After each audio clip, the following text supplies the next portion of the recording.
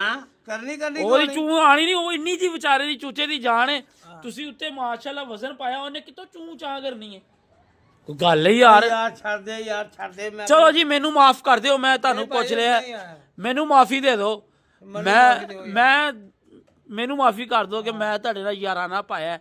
ਅੱਜ 62,000 ਰੁਪਏ ਦਾ ਨੁਕਸਾਨ ਕਰਾ ਬੈਠੇ ਆ। ਮੈਂ ਨੁਕਸਾਨ ਕਰ ਦਿੱਤਾ, ਮੇਰੇ ਤੋਂ ਕੋਈ ਨਹੀਂ ਆਏ ਹੋਏ ਨਾ। ਮੈਂ ਕਹਿ ਰਿਹਾ ਮੈਂ ਇੱਥੇ ਹੀ ਗੱਲ ਖਤਮ ਕਰ ਦਾਂਗਾ। ਮੈਨੂੰ ਚੀਜ਼ ਜੇ ਪੈਰ ਥੱਲੇ ਆਈ ਉਹਦਾ ਪਤਾ ਲੱਗਦਾ ਯਾਰ ਤੁਸੀਂ ਸਿਰਫ ਇੰਨਾ ਕਹਿ ਦਿਓ ਕਿ ਇਮਰਾਨ ਆਏ ਨੇ ਯਾਰ, ਨਹੀਂ ਅੱਲਾ ਦਾ ਹੁਕਮ। ਮੈਂ ਨਹੀਂ ਮੰਨਦਾ, ਮੈਂ ਐਵੇਂ ਮੰਨਣਾ ਆਏ ਯਾਰ ਉਹ ਇੱਟ ਫਲਾ ਤੇ ਐ ਮੇਰੇ ਸਿਰ 'ਚ ਮਾਰ ਤੇ ਤੂੰ ਵੀ ਮਾਰ। ਤੂੰ ਬਾਬਾ ਜੀ ਤੁਸੀਂ ਇਧਰੋਂ ਮਾਰੋ, ਤੂੰ ਇਧਰੋਂ ਮਾਰ।